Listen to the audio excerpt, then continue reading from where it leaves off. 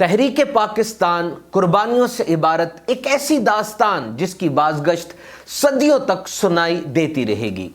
لاہور کے لیے مہاجرین سے بھری ہوئی ایک ٹرین چلی اور جب وہ لاہور اسٹیشن پر رکی، لکھنے والے لکھتے ہیں کہ پوری ٹرین میں ایک بھی مسلمان زندہ نہیں تھا، سب کو شہید کر دیا گیا اور ٹرین کے کناروں سے خون بہہ رہا تھا۔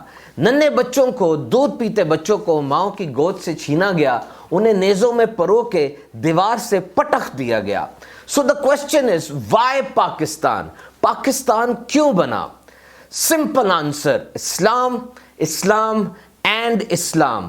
اس وقت بچے، بڑے، بوڑھے، ورکر، کسان، ڈاکٹر، انجینئر، کاروباری، سب کی زبان پر ایک ہی نعرہ تھا کہ پاکستان کا مطلب کیا؟ لا الہ الا اللہ۔ It's an ideological state. یہ قطع اراضی الحمدللہ رب تعالیٰ کی لازوال نعمتوں سے مالا مال ہے۔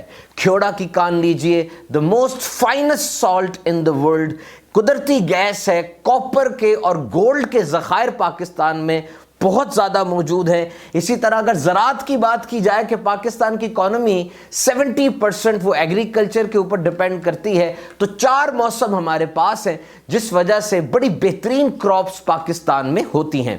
اور پھر نہری نظام جو کینال ایریگیشن سسٹم ہے، یہ دنیا میں اپنی مثال آپ ہے۔ 5 بہتے دریا وہ پاکستان کو سیراب کرتے ہیں۔ اور اگر ٹریڈ اور معیشت کی بات کی جائے تو یاد رکھیے پاکستان گرم پانی کے سمندر پاکستان میں ہے۔ اس سے مراد یہ ہے کہ ہمارے سمندر جمتے نہیں ہیں اور سارا سال یہاں پہ جو بڑی بڑی شپس ہیں معیشت کے لیے، تجارت کے لیے، وہ آ کے رک سکتی ہیں۔ اور ٹورزم، سیاحت کی اگر بات کی جائے تو سن 2020 میں پاکستان کو one of the top tourism spot قرار دیا گیا۔ دنیا کی قدیم ترین تہذیبیں بھی یہاں پر موجود ہیں۔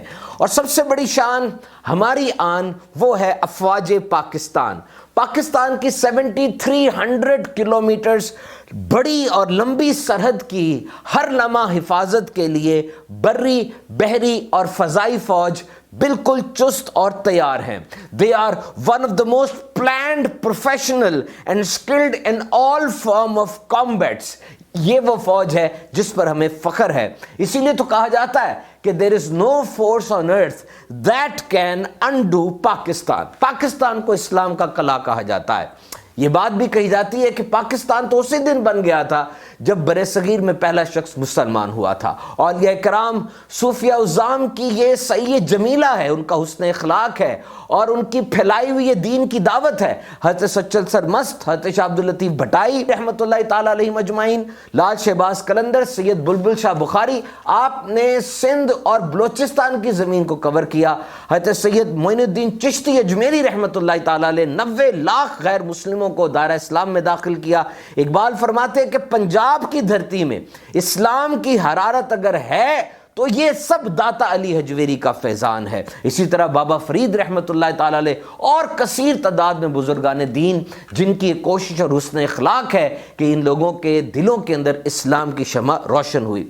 اور آج ہم دیکھتے ہیں کہ سن 2020 میں جب بہت سے گلوبل چیلنجز کا ہمیں سامنا ہے، ہم نیت کرتے ہیں کہ we will internalize the love of our country، یہ جس کو پیشن کہا جاتا ہے، جنگوازم، پیٹریٹزم کہا جاتا ہے۔ یاد رکھیے جب کسی چیز سے دل سے محبت ہو جاتی ہے تو پھر اس کو نقصان نہیں پہنچایا جاتا۔